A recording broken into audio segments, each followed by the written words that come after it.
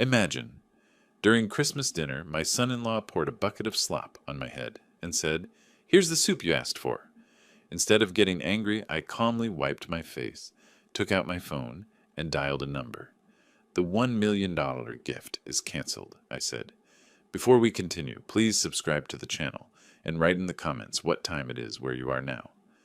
I was sitting in my study when Jennifer appeared in the doorway, her smile bright against the December gloom outside. The afternoon light caught her hair the way it used to when she was 8 years old, spinning in the backyard. "Dad, tomorrow's Christmas Eve. You have to join us. Everyone's coming. Michael's college friends, some people from my office. It'll be wonderful." I pressed my hand against my abdomen, feeling that familiar burning. Dr. Richardson had been clear about the ulcer last month. "Stress makes it worse," he'd said. "Rich foods are out." "I appreciate it, sweetheart, but my stomach's been giving me trouble. Dr. Richardson says I should stick to bland foods for a while. You all enjoy yourselves." Her face fell. For a moment she looked genuinely disappointed, and something in my chest softened. "No, absolutely not. I'll make you something special. A proper soup, nothing heavy. You can't spend Christmas Eve alone in your room. Please?" I studied her expression, searching for something I couldn't quite name. "You'd do that? Make something separate just for me?" "Of course I would. You're my dad." She smiled, but something in it didn't quite reach her eyes. The observation lodged itself in my mind, like a splinter. After she left, I sat in the leather chair I'd occupied for 35 years, reviewing investment portfolios. My fingers drummed once on the armrest. Outside, snow had begun dusting the yard, covering the brown December grass in white. My mind drifted to last summer. Larry Bennett's office had smelled like old books and furniture polish. I'd signed the preliminary documents while he reviewed the details in his careful lawyer's voice. The house on Meadow Road, 3 bedrooms, updated kitchen, perfect starter home, $1.05 million. Jennifer had cried when I told her. Actually cried, tears streaming down her face while she hugged me.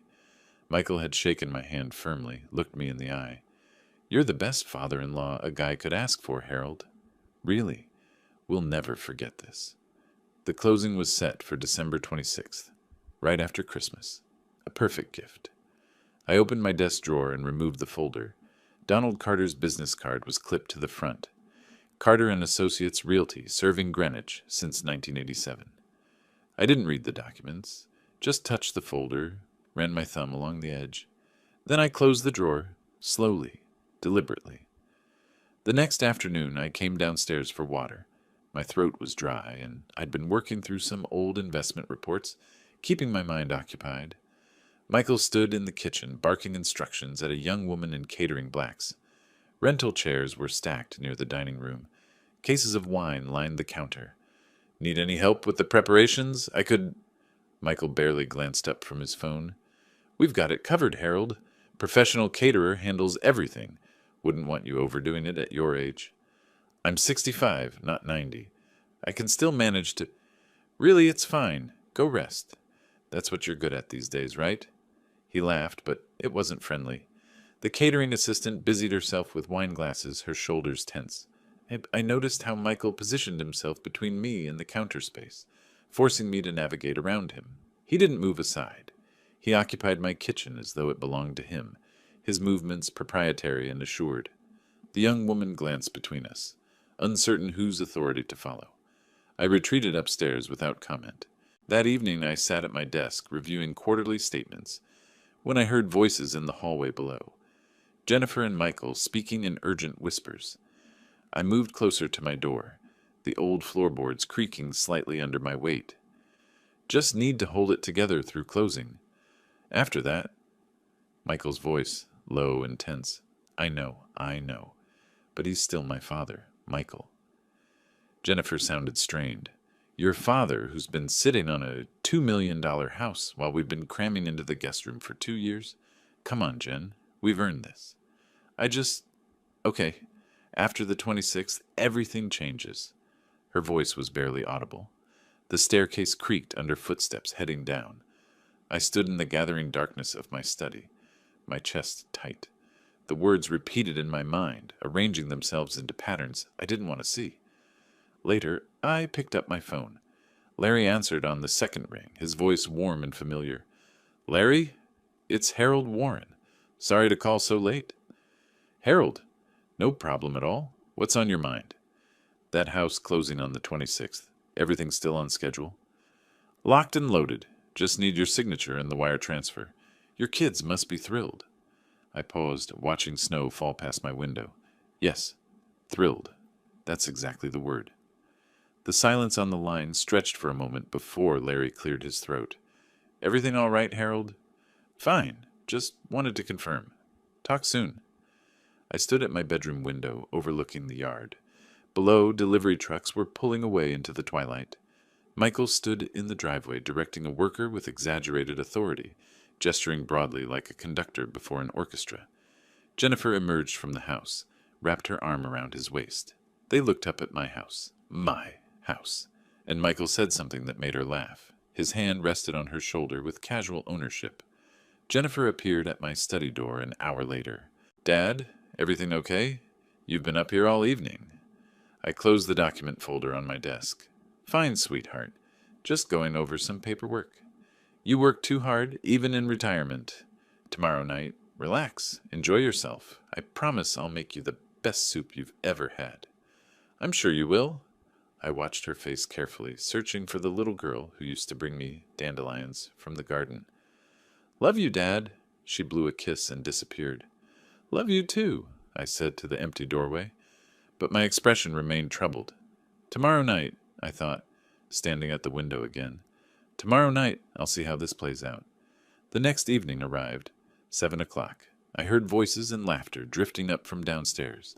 The sound of my home transformed into something unfamiliar. I paused at the top of the staircase, my hand on the polished oak banister that had been there since 1993. Below, my living room had become a festival of strangers. Voices overlapped in cheerful chaos. Wine glasses clinked. Someone laughed too loudly at a joke I couldn't hear. I descended slowly, each step deliberate. Several guests glanced up. A few nodded politely. Most ignored me entirely. Michael stood near the fireplace, animated, gesturing with a tumbler of whiskey. His face was flushed. Jennifer moved between kitchen and dining room, playing hostess in her emerald dress. When she spotted me, her smile froze for just a moment before she approached. Dad, you came down. How are you feeling? My stomach cramped on cue. I hadn't eaten since lunch. Crackers and weak tea. The rich smells from the kitchen made me queasy, and the sharp alcohol vapors in the air didn't help. I touched her elbow gently. About that soup you mentioned, sweetheart. My stomach's really bothering me. Could I have some now? Her face flushed. She glanced toward Michael, then back. Oh, right. The soup. It's still cooking. On the stove. Needs to simmer a bit longer. I studied her expression, seeing the truth in the way her hands fluttered to her neck, then her hair, then clasped together. Is it? I don't smell anything cooking. It's a slow simmer, very gentle. Her voice pitched higher. 20 minutes, maybe 30. Can you wait that long? There was no soup. I could see it in every nervous gesture, in the way she took a half step backward, putting distance between us. 20 minutes, I repeated quietly. Sure, sweetheart, I can wait. I moved to sit in my leather armchair, the one that had been mine for 15 years, but someone's coat was draped across it. I stood awkwardly near the bookshelf instead, pressing my palm against my abdomen, closing my eyes briefly against the discomfort. Michael's voice cut across the room, loud enough for everyone to hear. The old man always interferes with his whims, doesn't he? Special dietary needs, special timing. Several guests turned. The room didn't go silent, but conversations dimmed. A man in a Yale sweatshirt smirked into his wineglass. What? It's true, Michael continued, his words slightly slurred. Every family gathering, it's about Harold's stomach, Harold's schedule, Harold's comfort. I stepped forward, my voice measured and calm. Michael, this is my house. I'm asking, politely, for you to show me some respect. His smile turned ugly. Your house? That's rich. We've been living here 2 years, Harold, taking care of you. This feels like our house at this point. The temperature in the room dropped. Jennifer's face went pale. Michael, stop it. You're drunk. He whirled on her. I'm not drunk. I'm finally being honest. Someone has to say it. Say what, exactly? I asked quietly. That you're a burden. The words came fast now, fueled by whiskey and audience attention. An old man clinging to past glory, living in a house way too big for him, expecting everyone to dance around his needs. You should be grateful anyone bothers with you. Most men your age die alone, forgotten in some nursing home. The room went completely silent. Someone near the back shifted uncomfortably. I felt eyes on me from every direction. I see, I said very quietly. Is that what you think? It's what everyone thinks. They're just too polite to say it. What happened next occurred fast but felt slow. Michael set down his glass with exaggerated care. He walked toward the kitchen with theatrical purpose, yanked open the cabinet under the sink, and retrieved a metal bucket. Kitchen scraps from the party prep filled it, vegetable peels, discarded food, greasy water with a slick sheen on top. The smell hit me even from across the room. Several guests gasped. "Michael, what are you—" Jennifer started. "You want your special soup, old man?" Michael crossed the room in 4 strides, his eyes glassy and bright. Here's your soup." He lifted the bucket high and dumped the entire contents over my head. Garbage slid down my face. Potato peels stuck to my shoulder. Liquid dripped from my nose, my chin, soaked through my shirt in cold, greasy rivulets. The smell was revolting.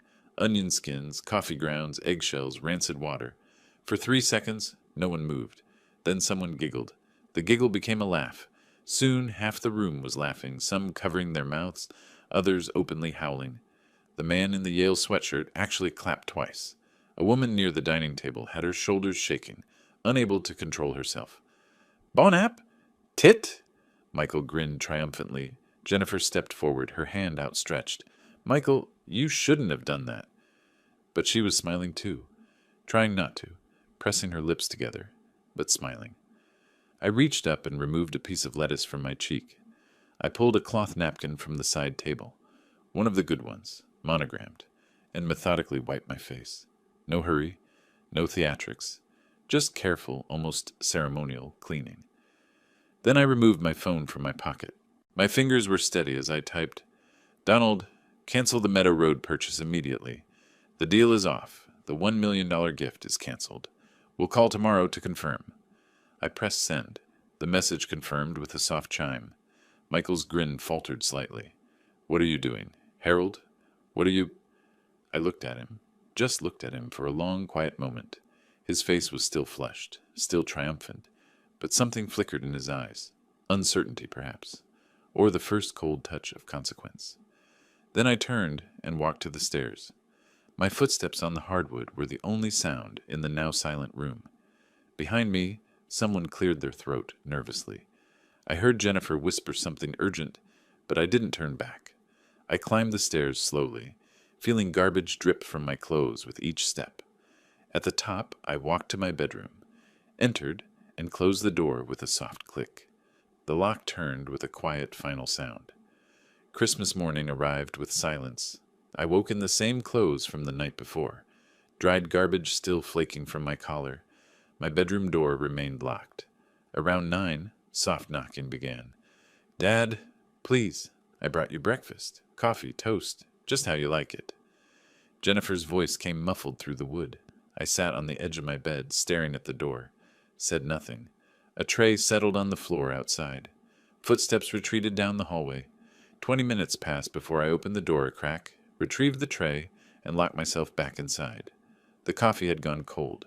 Starbucks dark roast. 2 Splenda, exactly as I took it. Whole wheat toast from the Pepperidge Farm loaf in the pantry. I ate nothing, just held the mug, looking out my window at snow falling on Round Hill Road. Christmas morning in Greenwich, and I was a prisoner in my own home. Or maybe they were the prisoners. They just didn't know it yet. I opened my leather moleskin notebook, the same one I'd used for client notes during 35 years managing portfolios, and began writing. Not emotional journaling, financial documentation. Column 1, dates. Column 2, amounts. Column 3, purposes. June 2019, $30,000 wedding contribution. October 2022, $50,000 investment in Michael's AI startup, failed, by March 2023. November 2022 through present, $800 monthly for utilities, insurance, groceries. 24 months, $1,900. Rent value of their guest suite. Conservatively, $2,500 monthly. 24 months. 60,000 foregone income. Total, 159,200 over 5 years, not counting the canceled $1,000,000 house. My pen paused over the paper. My handwriting remained steady, muscle memory from decades of signing documents, reviewing statements, marking corrections. I added a final note: return on investment, humiliation, contempt, betrayal. I closed the notebook. Numbers don't lie. Numbers make things clear. My mind drifted through the past year, sorting memories like files. Last January, Jennifer asking about retirement accounts, mentioning estate planning, suggesting I update my will. March, questioning why I kept such a large house. Wouldn't something smaller be more practical? July, after I spilled hot coffee and burned my hand, she didn't ask if I was hurt. She asked if I had considered assisted living, just to be safe. August, Michael joining these conversations, talking about maximizing assets, liquidity, not letting property values sit idle. September, the house gift discussion began. I'd thought I was being generous. Now I saw differently. They weren't grateful for the gift. They were impatient it took so long to arrange. Each memory sharpened something inside me. My daughter hadn't transformed overnight. It was gradual. Death by 1,000 small betrayals. Over the next 5 days, Jennifer knocked twice daily. Christmas night, December the 26th morning, evening, the 27th. Each time her voice came through the wood with apologies, pleas, promises. Dad, please, can we talk? Michael's sorry. He was just drunk. You're worrying me. At least tell me you're okay. I sat 6 feet from the door each time, listening. Never responded. Not once. Silence was its own weapon. Let her worry. Let her feel uncertainty. On the 27th, Michael's voice joined hers, blustery and defensive. Come on, Harold. Don't be dramatic. It was a stupid joke. You're really going to hold a grudge forever? My jaw tightened, but I remained quiet as stone. After 10 minutes, they left. I heard Michael mutter something angry. Jennifer shushed him. They were fracturing. Good. That afternoon, when I heard them leave, car doors slamming, engines starting, tires on gravel, I emerged from my room. The house felt different, quieter. I went to my study and dialed from memory. 3 rings. Harold, is that you? Larry Bennett's voice carried warmth and concern. We'd known each other since 1997. Larry, I need to schedule a meeting. Professional matter. Early January, if possible. A pause. Larry knew me well enough to hear what I didn't say. Everything all right? I glanced at my closed bedroom door, at the staircase, at the photographs on the wall. Jennifer at 8 years old, gap-toothed and smiling. No, I said quietly, everything is not all right, but it will be. We scheduled for January 5th. I hung up feeling something cold and focused settling into my chest. Not rage, purpose. December 30th brought the moment everything crystallized. My phone rang. Donald Carter. Mr. Warren, just wanted to confirm. The Meadow Road property purchase is officially withdrawn. The sellers accepted the cancellation, though they're retaining your $10,000 earnest deposit, as stipulated in the contract. I'd expected this. Understood. Thank you, Donald. I was about to hang up when he continued, almost chatty. You know, it's funny. Michael called me last week, before you canceled, I mean. Asked some interesting questions. My attention sharpened. What kind of questions? Donald laughed, oblivious. Oh, about resale value. What comparable homes on Meadow Road sell for? Average time on market? Whether a quick sale might mean accepting below asking price? I figured he was just curious about the investment. Didn't think much of it until... He trailed off, realizing his mistake. The line went silent. Thank you, Donald, I said, voice like ice. That's very illuminating. I ended the call, sat perfectly still in my desk chair. Michael wasn't planning to live in the house. He was planning to flip it, cash out immediately. And Jennifer knew. She had to know.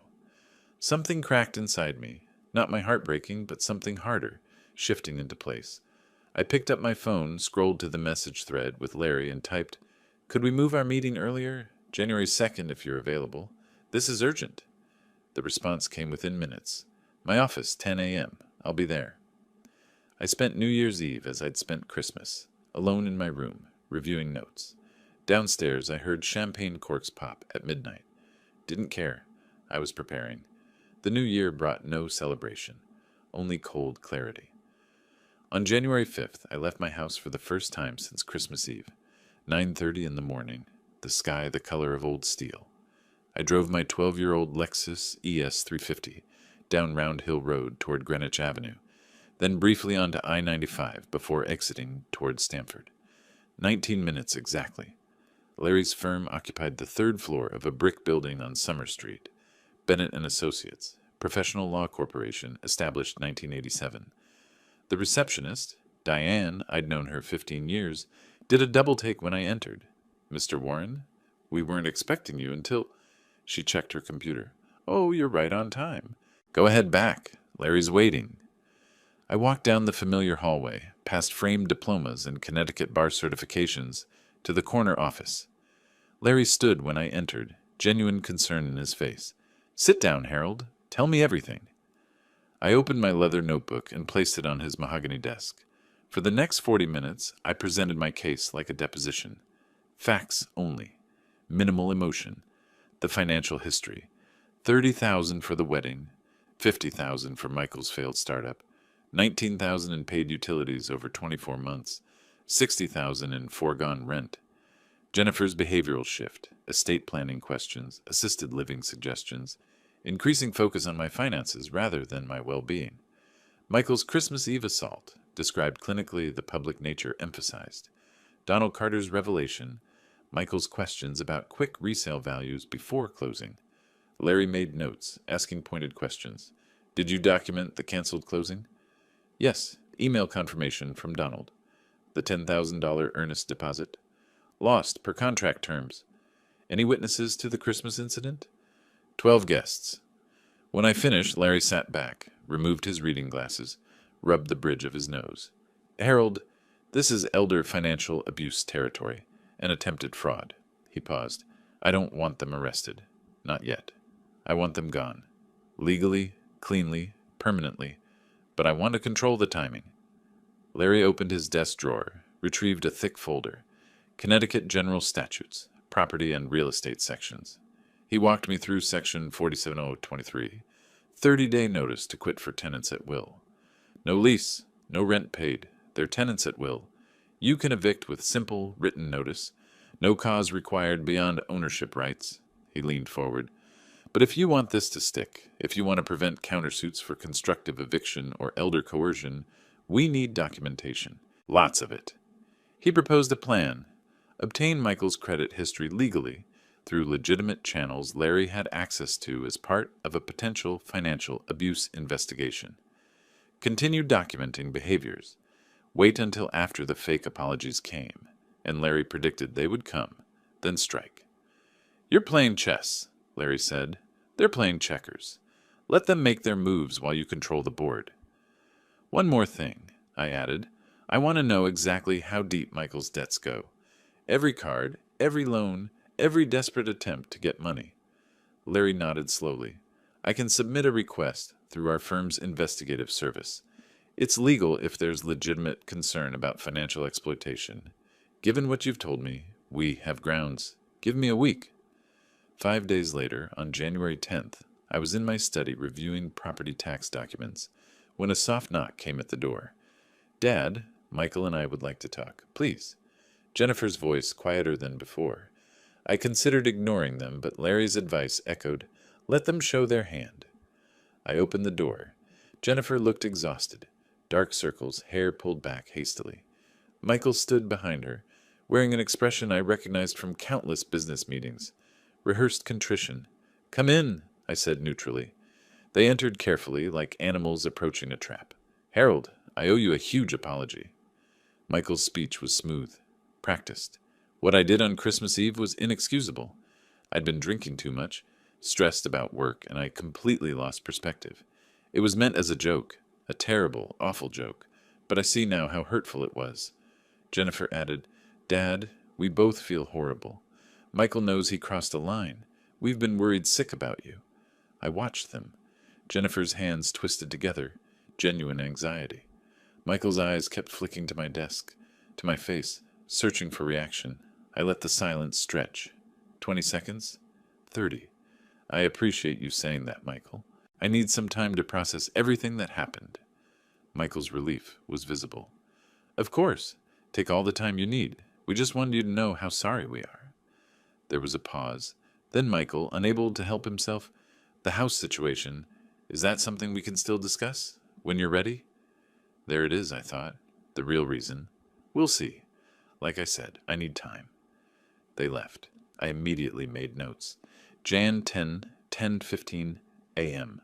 Apology attempt. Michael's primary concern, house gift status. Used words inexcusable. Stressed about work. Lie, he has no job. Asked about house within 3 minutes. Over the next 2 weeks, I became invisible in my own home. I learned their patterns. Michael leaving around 10 most mornings, supposedly to the gym.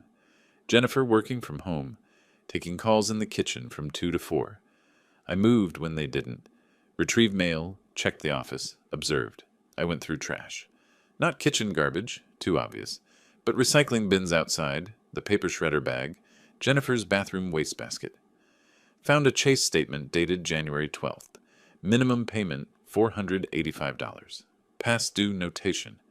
A crumpled AT&T bill. Service suspended. $327 owing. I photographed everything, created dated folders, emailed copies to my secure account. On January 18th, I heard Michael on the phone in the guest room, voice low but audible. I know. The closing got delayed. It's temporary. No, he's fine. Just old and stubborn. Look, once we sort this out, I'll have access to liquidity. I promise. Pause. What do you mean, last chance? Give me until end of February, please. Longer pause. Tony, I'm good for it. Have I ever not paid you back? Apparently Tony disagreed. Fine. End of February. You'll get your 15 grand. Click. I returned to my desk, made a note. John 18, 2:40 p.m. Phone call. Name. Tony. Amount owed, $15,000. Threat implied. Deadline, end of February. Michael claims liquidity coming soon. He still thought the house gift was happening. Just delayed. January 25th. A FedEx envelope arrived at Larry's office, marked for my attention. I drove to collect it, signed for receipt. Back in my car, parked in the lot, I opened it. 33 pages. Page 1. Michael David Phillips, date of birth, August 14, 1987. Current address, my house. Credit score, 542. Poor, I read methodically. 7 credit cards, all at 95 to 100% utilization. Chase Sapphire Reserve, 22,000 balance, 22,000 limit. American Express Blue, 15,000. Capital One Venture, 18,000. Discover, 12. Citi, 8. Bank of America, 6. Wells Fargo, 4. Total, $85,000. 2 personal loans. Lending Club, $15,000 at 24% APR. Marcus by Goldman Sachs, $12,000 at 21%. Monthly debt service, approximately $3,200. Current income, 0. Page 17 made me go still. Recent credit inquiries. Home equity line of credit. First Republic Bank. Application date 11/18/2024. Denied. Property address 47 Round Hill Road, Greenwich, CT. Michael tried to borrow against my house 2 months ago, while living under my roof, while I was planning to gift them $1 million property. I sat in the parking lot, winter sun streaming through the windshield. Didn't feel angry, felt vindicated. Every suspicion confirmed, every doubt erased. I drove home, placed the report in my locked desk drawer next to the notebook. The lock clicked with a solid final sound. The evidence was complete. Now came the reckoning. Early February arrived with winter still gripping Greenwich. I'd spent the final days of January reviewing my evidence, ensuring nothing was overlooked. On February 5th, Donald officially notified the prospective buyers that the Meadow Road deal was canceled. 2 days later, the consequences arrived. Michael retrieved the mail around 11. I heard him outside, then his footsteps returning. A pause, then faster movement, almost running back inside. 3 minutes later, my study door slammed open without knocking. Michael stood in the doorway, Jennifer behind him, both looking like they'd seen something terrible. He waved a certified letter like a weapon. What is this? What did you do? I removed my reading glasses slowly, set them on the desk. I assume you received notice about the canceled house purchase. I informed Donald in December. Michael stepped forward aggressively. This letter says we owe $15,000 to people we've never met for a house we never got. I kept my voice level. You owe that money because the cancellation created financial damages for innocent third parties. That's how contracts work. Jennifer's eyes filled with tears. Dad, how could you? We apologized. We tried to make things right. And you just destroyed our future over one mistake? I stood slowly, deliberately. One mistake? That's what we're calling Christmas Eve? Interesting. Michael's voice rose. I was drunk? I apologized. You're really going to hold a grudge forever over a stupid joke? It wasn't a joke, I said, and it wasn't just that night. But let's discuss that. I walked to my desk, opened the locked drawer, removed a manila folder. Inside, printed emails, handwritten notes, highlighted sections. Michael, do you remember speaking with Donald Carter on December 20th? 4 days before Christmas. 4 days before you poured garbage on me. Michael's bravado flickered. What are you talking about? I read from the notes, word for word. Conversation between Donald Carter and Michael Phillips, December 20th, 2024, 3:45 p.m. Michael inquired about resale values for properties on Meadow Road. Specifically asked, what's the realistic sale price if we wanted to move quickly? Like, within 3 months of closing. Also asked about average days on market, whether quick sales typically require price reductions, and whether $850,000 would be achievable for a fast transaction. I looked up. The house was valued at $1.05 million. You were planning to sell it for $850,000 immediately, a $200,000 loss in value. Where was that money going, Michael? The room went silent. Jennifer turned to him, face pale. You were going to sell it? The house Dad was giving us? Michael's face reddened. So what? Once it's ours, we can do whatever we want with it.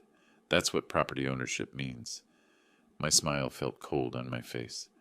Except it was never going to be yours.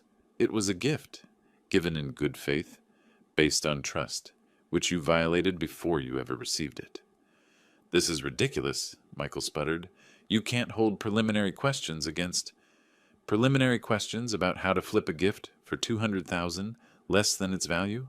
I interrupted. That wasn't curiosity, Michael. That was a plan. Jennifer's voice shook. Dad, please. Can't we just start over? We'll pay back the $15,000 somehow. We'll fix this. I shook my head, removed another document from the folder. The credit report, flagged sections visible. There's more, Jennifer. Things you don't know about your husband. I placed the document on the desk between us. On November 18th, 2024, Michael applied for a home equity line of credit with First Republic Bank. The collateral? This house. My house. The one he doesn't own. The application listed this address, claimed ownership interest, and requested $200,000 in available credit. Jennifer's hand went to her mouth. That can't be. The bank denied it, obviously once they verified title records, but the attempt was made. Michael tried to borrow money against my property without my knowledge or consent. I looked at Michael. That's fraud. That's a crime. Jennifer turned to him, eyes wide. Michael, tell me this isn't true, he stammered. It wasn't. I thought once we got the house, It was just preliminary research. His words trailed into nothing. I placed the document on the desk with deliberate care. You planned to flip my gift for cash to cover your debts. When that didn't work fast enough, you tried to fraudulently use my home as loan collateral. And when I objected to being treated like garbage, literally, you called me dramatic. I sat back down. The gift is canceled, permanently. I suggest you figure out how to handle that lawyer's letter on your own. 5 seconds of silence. Then Michael exploded. You self-righteous old man! We gave up 2 years living in this prison, taking care of you, dealing with your complaints, your problems. We earned that house. My voice cut through like ice. You lived rent-free in a $2.3 million home. I paid your bills. You earned nothing. Michael lunged forward. not attacking, but aggressive, intimidating. You think you can just screw us over? You think there's no consequences? We'll sue you for everything you've got. I didn't flinch. For what? Canceling a gift that was mine to give or withhold? Be my guest. I have an excellent attorney. You'll regret this, Michael hissed. I'll make sure of it. Is that a threat? I should document that. Jennifer sobbed. Dad, please. I know Michael made mistakes. I know we both did. But we're family. Doesn't that mean anything? I looked at my daughter. For a moment my expression softened, but only slightly. It meant everything, Jennifer. That's why this hurts. But family doesn't scheme and defraud and humiliate each other. We can fix this, she pleaded. We can make it right. Just give us a chance. I walked to the door, opened it wide. This conversation is over. I have nothing more to say to either of you. They stood there, stunned. Jennifer pulled at Michael's arm. As they moved toward the door, I called after them. One more thing. Start looking for apartments. You won't be staying here much longer either. The door closed behind them with a decisive click. Late February passed in frozen silence. Michael and Jennifer stayed in their room, emerging only for necessities. I heard arguments through the walls, their voices tight with panic and rage. Jennifer crying late at night. Michael's angry phone calls trying to find attorneys. 3 lawyers refused his case once they learned Larry Bennett represented me. By early March, I sensed Michael would try something desperate. I was right. On March 5th, at 2:17 in the afternoon, someone called Connecticut Department of Social Services, Adult Protective Services Division. The voice was male, mid-30s, slightly nervous. I'm calling about an elderly man I'm concerned about. Harold Warren, 65 years old, lives on Round Hill Road in Greenwich. I'm a neighbor. He's been acting strangely, giving contradictory orders about his property, talking about canceling major financial transactions he already committed to. Seems confused. I'm worried someone might be taking advantage of him, or he might have early dementia. The intake specialist made notes. Can we reach you for follow-up? I'd rather stay anonymous. Don't want neighborhood drama. But please, someone should evaluate him. He's clearly not thinking straight. The call disconnected. Larry phoned me that evening. They'll probably send someone within 3 business days. Standard protocol. When they arrive, be cooperative. Take whatever assessment they offer. You'll be fine. 3 days later, March 8th, 10:30 in the morning, my doorbell rang. I'd been expecting it. I opened the door to find a woman in her late 40s, professional attire, laminated ID badge visible. Mr. Warren, I'm Patricia Delgado from Adult Protective Services. I apologize for arriving unannounced. We received a concern call about your well-being. May I come in? I opened the door wider. Of course, please. We sat in the living room. She explained. Someone reported concerns about confusion, irrational property decisions, potential cognitive decline. I need to ask, do you feel you're being pressured or taken advantage of by anyone in your life? I almost smiled. Quite the opposite. I recently discovered family members were attempting to take advantage of me. I took appropriate legal action. Someone apparently didn't like that. She nodded thoughtfully. Would you be willing to participate in a brief cognitive screening, just to document that you're capable of making your own decisions? Absolutely. I insist on it. Ms. Delgado removed a clipboard with printed forms. This is the mini mental state examination. Standard screening tool. Maximum score is 30 points. Most people over 60 score between 24 and 30.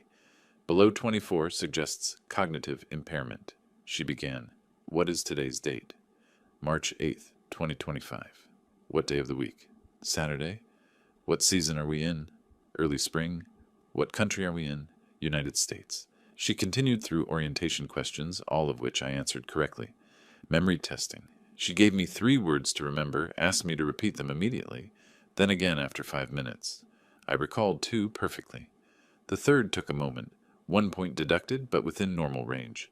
Attention tasks. Serial subtraction of 7 from 100. I closed my eyes briefly to concentrate, worked down to 72 before a slight hesitation, then self-corrected and continued. Language exercises, naming objects, following 3-step commands, writing a complete sentence, copying a geometric design. 23 minutes later, she set down her clipboard. Mr. Warren, You scored 29 out of 30. That's excellent for any age, let alone 65. You're well above the threshold for concern. And the person who called you? Her expression hardened slightly. Between us? The complaint appears to have been malicious. Someone wanted to create problems for you. I'm closing this case and noting that in my report. If this was retaliation for you taking legal action to protect yourself, that's abuse of the reporting system. She stood, shook my hand. You're clearly quite sharp, Mr. Warren. Good luck with your family situation. After she left, I returned to my study and sent Larry a text. APS visit complete. Scored 2930. Case closed. Proceed with next phase. 4 days later, March 12th, 4 o'clock in the afternoon, I stood at the bottom of the staircase. Michael, Jennifer, please come to the living room. We need to discuss your housing situation. Silence for 30 seconds. Then footsteps. They appeared at the top of the stairs, descended slowly. Michael's face was guarded. Jennifer looked exhausted. They sat on the sofa. I took my leather armchair across from them, holding a document in a folder. I'll keep this brief. 5 days ago, someone called Adult Protective Services claiming I was mentally incompetent. The complaint was anonymous, but my attorney traced it. I looked directly at Michael. The burner phone was purchased at CVS on Summer Street in Stamford on March 4th. Security footage shows the purchaser. Credit card records confirm identity. You, Michael. Michael started to protest. I didn't. I raised a hand. Please, don't insult both our intelligence. A social worker visited me. I took a cognitive assessment, scored in the 97th percentile. The case was closed and flagged as malicious. I opened the folder, removed the document, placed it on the coffee table between them. This is a notice to quit, prepared by my attorney pursuant to Connecticut General Statutes, Section 4708-23. You are tenants at will in my property. I am terminating that tenancy. You have 30 days from today to vacate these premises. Your deadline is April 15th, 2025, by 5 p.m. 3 seconds of silence. Then Michael exploded. You can't do this. We have rights. You can't just throw us out without cause. I can, and I am. Connecticut law is clear. You pay no rent. You have no lease. I want my property back. That's sufficient cause. Jennifer's voice broke. Dad, please. Where are we supposed to go? We have no money, no savings, nowhere to live. You've had 30 days since our February discussion to prepare. That's 60 days, total. Most people don't get that much notice. Michael, desperate now. We'll fight this. We'll take you to court. We'll sue for wrongful eviction, elder abuse, coercion. My cold smile returned. Please do. My attorney will present evidence of your attempted fraud, your loan application using my property as collateral, your scheme to flip my gift for cash, and now your abuse of social services to harass me. Which judge do you think will side with you? Michael stood, paced, hands and fists. This is insane. You're destroying your own family over money. Not over money, over respect, over honesty, over basic human decency. You had all three available to you. You chose differently. Jennifer tried once more. There has to be another way. I shook my head. The notice is served, 30 days. If you're not out by April 15th, I'll file for eviction in housing court. The sheriff will remove you. I'd prefer to avoid that embarrassment, but the choice is yours. I stood, walked toward the stairs. Over my shoulder. I suggest you start packing. Michael shouted something after me. I didn't respond. Just continued up the stairs, each step deliberate and final. Behind me I heard Jennifer crying softly. The remainder of March passed in tense silence. Michael made desperate calls to attorneys. All refused. Jennifer searched for apartments online, but their credit and lack of income closed every door. April arrived with spring thaw and mounting dread. The 15th was coming. On April 2nd, I retrieved mail from the box at the end of my driveway. Clear morning, crocuses pushing through the last patches of snow. Fred Morrison, my 70-year-old neighbor from 2 houses down, was walking his golden retriever.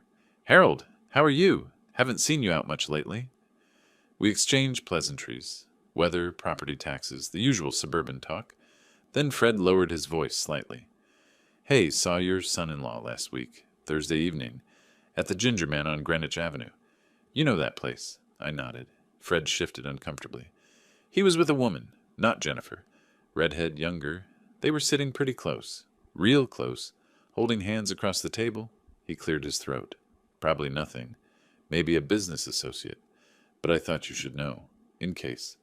I kept my expression neutral. Thank you, Fred. I appreciate you mentioning it. He looked relieved, walked on with his dog. I stood there, mail in hand, processing. Another piece falling into place. I went directly to my study and called Larry. I need a private investigator. Surveillance, Michael Phillips. I need photographs.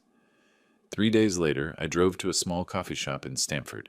Caf, Sylvium, quiet, favored by freelancers with laptops.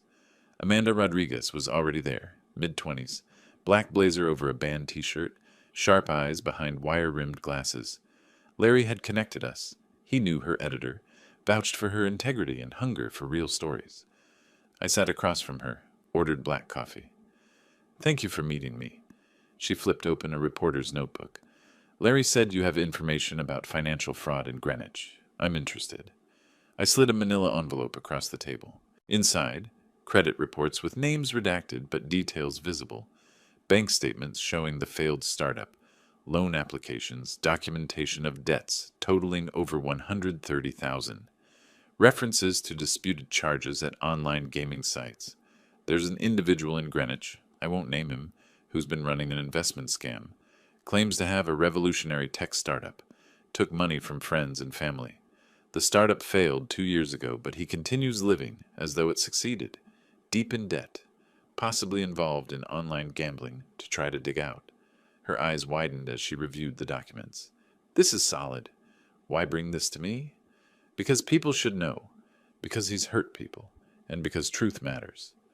I'll need to verify everything independently. I'd expect nothing less. I stood. One more thing. He has a pattern of manipulating elderly people for financial gain. That's not in the documents, but it's true. I left before she could ask more questions. April 12th arrived. The Greenwich Time online edition went live at 6 a.m. By 7, I heard Michael's phone ringing downstairs over and over. The print edition hit doorsteps at 8. I retrieved my copy, unfolded it, at my breakfast table. Page 3. Local startup founder faces $130K in debt. Gambling questions raised by Amanda Rodriguez. The article was devastating. Michael wasn't named, but the details were unmistakable. A Greenwich resident who founded a tech startup in 2022, claimed revolutionary AI solutions, took investments from family, promised returns that never materialized. Startup dissolved in 2023, yet the founder continued representing himself as an active entrepreneur while accumulating massive debt, credit cards exceeding $85,000, personal loans totaling $27,000, disputed charges to online gaming platforms. Public records showed multiple rejected loan applications, including an unusual attempt to secure a home equity line using property not owned by the applicant. By 9 a.m., Jennifer's voice came from downstairs, frantic. Did you see this? Did you see what they wrote? Michael's response was inaudible. Their phones didn't stop ringing. By afternoon, 3 different cars slowed in front of the house, neighbors gawking. The public shaming had begun. 2 days later, April 14th, 6:30 in the morning, I woke early. Larry's investigator had delivered photographs. Michael and a redhead at the Ginger Man. April 1st, 7:45 p.m. Multiple shots. Entering together, sitting in a corner booth, holding hands, Michael kissing her cheek. I selected the most damning photo. Michael leaning across the table, hand on her face, clearly intimate. Printed it on high-quality photo paper at Staples. Placed it in a standard frame. That morning, while they slept, I made my usual coffee and toast, read the paper. Then I placed the framed photograph on the kitchen table, slightly off-center where it would be immediately visible. Propped it against the fruit bowl. Returned to my study. At 7:45, Jennifer's footsteps descended. Her morning routine, coffee first. The kitchen door swung open. 10 seconds of silence. Then a gasp. Michael! Michael, get down here right now! The screaming started. Who is this? Who is she? Michael groggy. What are you talking about? This picture. Is this you? Is this you with another woman? A crash, the frame hitting the floor. Where did that come from? That's not... Don't lie to me. I can see the date. April 1st. You told me you had a business dinner. The fight escalated. Objects breaking, furniture scraping, Jennifer sobbing, Michael shouting denials that dissolved into weak justifications. The marriage died in my kitchen. I listened from upstairs without expression. April 15th arrived. By morning, the house was eerily quiet. Around 11, Michael appeared at the top of the stairs, duffel bag in hand. Face haggard, unshaven, eyes red. He saw me in the living room. Stopped. We looked at each other. His mouth opened, then closed. What was there to say? I didn't break the silence. After 30 seconds, he descended, walked to the front door, opened it, stopped, looked back. I met his gaze. Expression unchanged. He left. The door closed with a soft click. 20 minutes later, Jennifer emerged from the guest room. She looked shattered, face blotchy, eyes swollen, same clothes from yesterday. She descended slowly, each step an effort. Dad, I'm so sorry. About everything. I'm filing for divorce. I know I don't deserve to ask, but could I stay here? Just a little longer, until I find a place. She was crying. I have nowhere else to go. I'll pay rent. I'll do whatever you ask, please. I stood at my study door, arms crossed, studying her. My daughter. Who chose a criminal over her father? Who smiled when I was humiliated? Who was only here now because she had no other options? Is this remorse or desperation? Finally, come to my study. We need to discuss terms. 24 hours after Michael's departure, Jennifer knocked on my study door. She'd showered, changed clothes, looked marginally more composed. You said we needed to discuss terms. I'm ready. I gestured to the chair across from my desk, the same chair where clients once sat. Professional distance maintained. If you stay here, you're no longer my dependent. You're a tenant. That means rent. $500 per month. Due the first of each month. She nodded quickly. I can do that. I'll get a job. I raised my hand. You will pay your own utilities. Phone, car insurance, health insurance if you can afford it. I will not receive bills with your name on them. Okay, yes. You will attend family therapy, weekly sessions with a licensed therapist. I've already compiled a list of qualified professionals. You'll choose one and provide me with confirmation of your appointments. She blinked. Therapy? Yes. I need to know you understand what went wrong, how you allowed yourself to be manipulated, how you can prevent it in the future. Her voice was small. I'll do it. I leaned back. These are not negotiable. If you miss rent, you leave. If you skip therapy, you leave. If you bring Michael into my home or provide him with any support, financial or otherwise, you leave immediately. Are we clear? She nodded, tears forming. Crystal clear.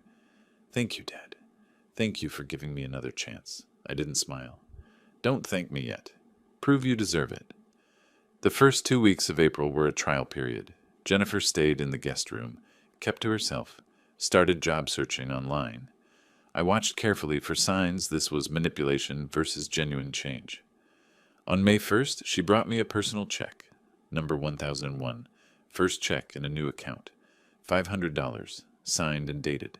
I examined it professionally, nodded, took out the receipt book I'd bought at Staples specifically for this purpose. Thank you. Rent received for May. I filled out a receipt, tore it off, handed it to her. The formality reinforced everything. On May 8th, a certified mail envelope arrived. I signed for it, carried it to my study. Phillips versus Warren, Stamford Superior Court, Civil Division. I read the claims with growing amusement. Breach of oral contract. Michael claimed my promise of the house was legally binding. Promissory estoppel. Unjust enrichment. He valued his companionship and household assistance at $50,000 annually. Restitution of investment, wanted his startup money back. I called Larry. You're going to enjoy this. I read selected passages aloud. His laughter came through the phone. Companionship and household assistance? He poured garbage on your head. This is frivolous. Any first-year law student could get it dismissed. So we'll attend the hearing? Absolutely. I want to watch this case die in front of a judge. June 15th. Mark your calendar. This will be entertaining. 4 days later, Jennifer officially filed for divorce at Stamford Superior Court. Irretrievable breakdown, adultery. May continued. Jennifer paid rent on time. Attended therapy every Wednesday at 4 p.m. I verified the appointments with Dr. Linda Chen's office. 90 minutes later, her car returned. On May 18th, Jennifer cooked dinner for the first time since childhood. Baked chicken, roasted vegetables, simple salad. She set the table carefully, used the good dishes. We ate in silence for several minutes. Finally, she set down her fork. Dad, I need to say something. A real apology. Not like before. I continued cutting my chicken, didn't look up. For years, Michael told me you were selfish, that you had more money than you needed and should help us more, that successful parents owed their children a head start. I started seeing you as an obstacle, a resource to be managed, not a person to be loved. Her voice cracked. I don't know when it happened. When I stopped asking how you were feeling and started asking about your financial plans. When I stopped visiting because I wanted to and started visiting because Michael said we should maintain the relationship. I'm so ashamed. I set down my knife and fork, looked at her, waited. Christmas Eve. When Michael did that, I should have stopped him. I should have walked out with you. Instead, I smiled. I let him humiliate you because some terrible part of me thought you deserved it for canceling the gift. She was crying now. What kind of person thinks that? She wiped her eyes. I don't know if you can ever forgive me. I'm not sure I can forgive myself, but I'm trying to understand how I became that person. That's why I'm here. That's why I'll do the therapy, pay the rent, whatever you ask, because I need to figure out how to be your daughter again. I was quiet for a long time. That's the first honest thing you've said to me in a year. Maybe longer. She looked up, hopeful. I shook my head slightly. But words are easy, Jennifer. Change is hard. Keep going to therapy. Keep paying your rent. Show me through actions, not apologies. She nodded. I will. I promise I will. Late evening, May 25th, I was reading in my study when pounding echoed through the house. Aggressive, repeated, desperate. I checked my watch. Nearly 11. Walked downstairs, checked the peephole. Michael stood on the porch, swaying, fist raised to pound again.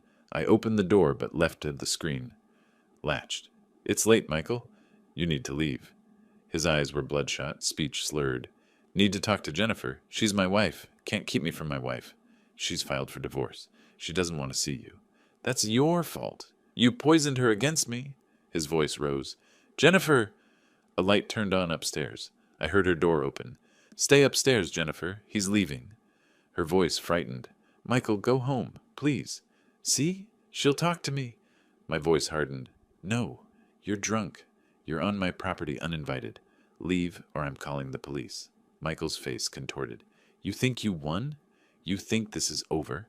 I'll tell everyone what you did. The newspapers. How you manipulated us. Destroyed us out of spite. My voice was soft, almost gentle. Go ahead, Michael. Tell them. Tell them how you poured garbage on an elderly man's head during Christmas dinner. Tell them how you tried to flip a gift house for cash to cover gambling debts. Tell them how you attempted to fraudulently use my home as loan collateral. Tell them how you cheated on your wife. Please. That will definitely win sympathy. His face drained of color. The fight went out of him. He staggered backward off the porch. This isn't... You can't... I closed the door, locked it, returned to my study. From the window, I watched him stumble to his car, fumble with keys, drive away in unsteady zigzags. I picked up my phone, called the Greenwich Police non-emergency line, reported a likely drunk driver, provided vehicle description and direction of travel, then returned to my book. The first 2 weeks of June passed quietly. Jennifer paid rent, continued therapy, started her library job. Then June 15th arrived. Larry picked me up at 9. Ready to watch a case implode? Ready. We drove to Stamford Superior Court, parked in the structure, walked across the plaza toward the limestone building. Inside, security, metal detectors, the familiar courthouse smell of floor wax and recycled air. Third floor, courtroom 3B. Judge Patricia Womack's courtroom was utilitarian, wood paneling, state seal behind the bench, fluorescent lighting. Michael and Thomas Hayward were already seated at the plaintiff's table. Michael wore an ill-fitting suit, probably borrowed. He looked thin, haggard. When I entered, his eyes tracked me with hatred and fear. Larry and I took our seats at the defense table. He opened his briefcase, organized folders, labeled tabs. Every document in perfect order. At 10:02, the bailiff called, "All rise!" The Honorable Judge Patricia Womack presiding. A woman in her late 50s, steel-gray hair, no-nonsense expression, took the bench. "Be seated. Case number CV 2025-3847, Phillips v. Warren. Mr. Hayward, you may present your opening argument." Hayward's opening was rambling, desperate. Harold made a clear promise. Michael relied on it. Broken promises have consequences. Judge Womack listened with increasing impatience. When Larry stood, his voice was calm, precise, devastating. "Your Honor, Connecticut law is unambiguous. The Statute of Frauds, Section 52-50, explicitly requires contracts for real estate to be in writing. Oral promises regarding property are legally unenforceable, regardless of the plaintiff's reliance." He placed a document before the judge. Printed statute, relevant sections highlighted. The plaintiff presents no written contract, no signed agreement, no documented promise. Only his claim that words were spoken. Hayward objected, but the defendant had clear intent. He contacted a realtor. "Initial discussions do not constitute binding contracts," Larry interrupted smoothly. The defendant retained the right to cancel at any point before closing, which he did, legally and properly. The judge made notes. Larry continued. "Furthermore, the plaintiff has demonstrated a pattern of financial fraud targeting the defendant." He presented the credit report, highlighting the November loan application. "The plaintiff attempted to obtain a home equity line of credit using my client's property he did not own, as collateral. This application was rightfully denied, but demonstrates willingness to engage in fraudulent activity." Hayward sputtered objections. "Overruled," Judge Womack said. "Continue, Mr. Bennett." The defense calls Rebecca Walsh. A woman in her early 40s, professional suit, leather portfolio, took the stand. Sworn in. Larry established her credentials. Certified forensic accountant. 15 years analyzing financial fraud. Frequent expert witness. "Ms. Walsh, did you review financial records related to the plaintiff?" "I did. His bank statements, credit card records, business documentation for October 2022 through March 2023. "What did you find regarding the $50,000 payment he claims was an investment requiring repayment?" Rebecca opened her portfolio, removed charts, and highlighted statements. The defendant sent the plaintiff $50,000 via wire transfer on October 12, 2022. However, the accompanying documentation explicitly states, and I quote, "I gift you this money to help you start your business. Use it wisely and make me proud." That's definitional language of a gift, not an investment or loan. Hayward objected. The witness is interpreting. She's reading a document. Overruled. Continue. "Furthermore, my analysis shows only $12,000 was spent on legitimate business expenses. The remaining $38,000 was used to pay off personal credit card debts, totaling $24,000, with the remaining $14,000 spent on online gambling sites. She displayed bank records with highlighted transactions, deposits to offshore casino accounts, sports betting platforms, poker sites." The courtroom went silent. Judge Womack leaned forward. "Mr. Phillips represented this as a business investment while spending nearly 80% on personal debts and gambling." "That's correct, Your Honor." Judge Womack didn't even recess. She looked directly at Michael. "Mr. Phillips, your case is without merit on multiple grounds. Connecticut law requires written contracts for real estate. You have none. The $50,000 was explicitly described as a gift. You have no legal claim to repayment. Moreover, your attempt to fraudulently use Mr. Warren's property as loan collateral demonstrates precisely why he was justified in canceling any proposed gift." She turned to Hayward. "Mr. Hayward, I'm surprised you filed this complaint. It borders on frivolous. All claims are dismissed with prejudice. Furthermore, Mr. Phillips is ordered to pay Mr. Warren's reasonable attorney fees." $8,500, Your Honor," Larry said. "I can provide itemization immediately." "Approved. Mr. Phillips, you have 30 days to pay. This court is adjourned."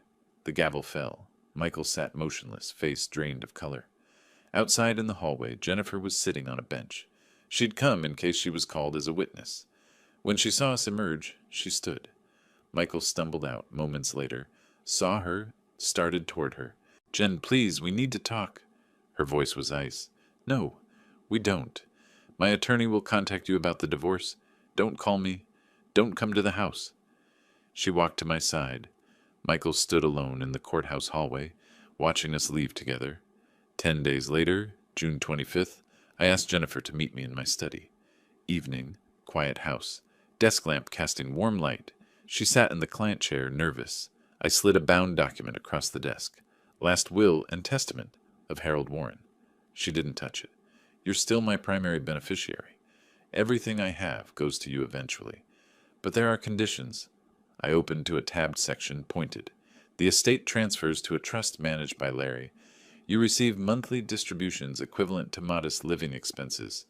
Full control transfers to you at age 45, but only if you meet certain requirements. Her voice was small. What requirements? Demonstrate 5 consecutive years of financial responsibility, steady employment, no significant debt. Complete at least 2 years of therapy with documented progress. If you marry again, your spouse has no claim to trust assets. Without a prenuptial agreement, I would have approved. Her eyes filled with tears.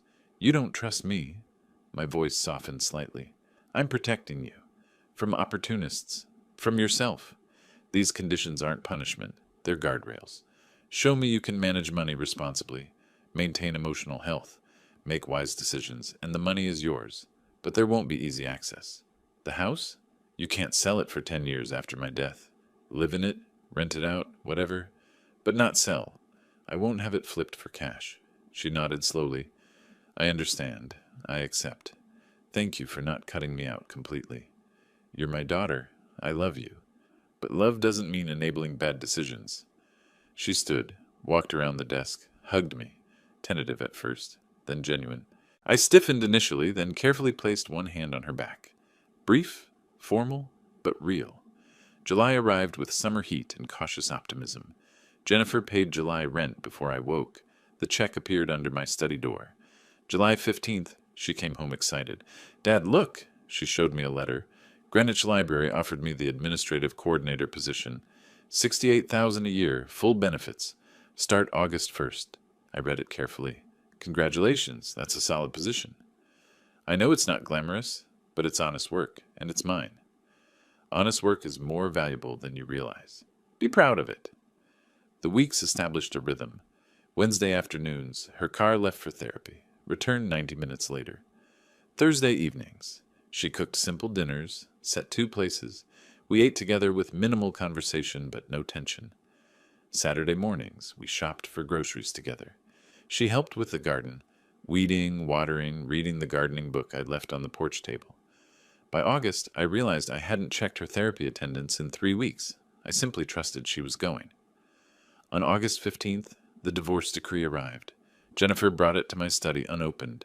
It's final today. Do you want to read it? I shook my head. That's your business, but I'm glad it's done. She opened it, scanned the language, laughed bitterly. The prenup. Michael insisted on it 7 years ago because I had nothing and he was so confident. Now it protects me from his debts. Ironic. Irony is often instructive. A week later, Larry called. Michael filed for bankruptcy. Chapter 7. He's moving to his brother's place in Bridgeport. Thank you for letting me know. After hanging up, I sat quietly. No triumph, no pity, just closure. September arrived with early autumn, my 66th birthday. September 5th. Jennifer spent the afternoon in the kitchen. Around 2 p.m., she appeared in my study doorway. Dad, did your doctor say anything specific about the soup? Like which vegetables are safest? I consulted my memory of Dr. Richardson's guidelines. Carrots, celery, potato are fine, nothing acidic. Low sodium, simple broth base. She nodded, returned to the kitchen. At 5, Fred Morrison arrived, Oxford shirt, khakis, bottle of modest wine. Harold, happy birthday. 66, you're still a youngster. At 6, Jennifer called us to the dining room. The table was set properly, cloth napkins, good dishes, candles. In the center, a tureen of soup, steam rising gently. She ladled soup into my bowl first. Clear broth, soft vegetables, aromatic but mild. She met my eyes. The soup I promised you 9 months ago. I'm sorry it took so long. We ate. The soup was good. Not elaborate, but carefully made, appropriate for my needs. After the main course, Jennifer stood, glass in hand. I need to say something. Dad, I'm so sorry for everything, for letting greed blind me, for choosing material things over our relationship, for standing by while someone humiliated you in your own home. Her voice cracked, but she continued. You were always there, supporting me, helping me, loving me, and I took it all for granted. I treated you like an obstacle instead of my father. Tears now, but she didn't look away. Thank you for not abandoning me completely. Thank you for the painful lesson I desperately needed. I'm trying to be better. Every day, I'm trying. I set down my spoon, wiped my mouth. Jennifer, I did what I believed was just. Not revenge, justice. Michael got what he deserved because his actions warranted consequences. You got a second chance because I believe you can learn from mistakes. I paused. But the chance is only opportunity. What you do with it, that's entirely your choice. Keep making good ones. Fred raised his glass. To second chances and good choices. Later, after Fred left and Jennifer was cleaning the kitchen, she paused by my study. Dad? I looked up. She crossed the room, bent down, hugged me. No hesitation this time. I set down my book, put both arms around her, held her. I love you, Dad. I love you too, sweetheart. Night fell. The house grew quiet. I took my cup of soup. Jennifer had saved some for me, reheated it, and walked to the porch. The wicker chair creaked as I sat. September evening, crickets singing, the garden visible in fading light. The roses still blooming. The maple tree showing first hints of color change. I sipped the soup, feeling its warmth, its simplicity, its care. 9 months ago, I stood in my living room, covered in garbage, humiliated, betrayed by the people I'd loved most. Now I sat in peace, my daughter's sincere apology echoing, justice served, boundaries established, relationships rebuilt on better foundations. People say revenge is a dish best served cold, but I learned something different. Justice is a dish served at the right time, in the right portion with the right recipe. And that recipe is simple. Respect, dignity, and knowing your worth. Respect yourself enough to demand it from others. Maintain dignity even when others lose theirs. Know your worth so you never settle for being treated as less than you are. Michael never learned those lessons. Jennifer's learning them now. And me? I simply remembered what I'd forgotten while being generous. Kindness without boundaries isn't kindness. It's enabling. Real love includes accountability. Sometimes the greatest gift you can give someone is letting them face the consequences of their choices, then offering a hand up when they're ready to change. I finished the soup, watched the stars emerge, felt the autumn breeze. Peace. If you like this story, please like this video, subscribe to the channel, and share your impressions of this story in the comments. To listen to the next story, click on the box on the left. Thank you for watching.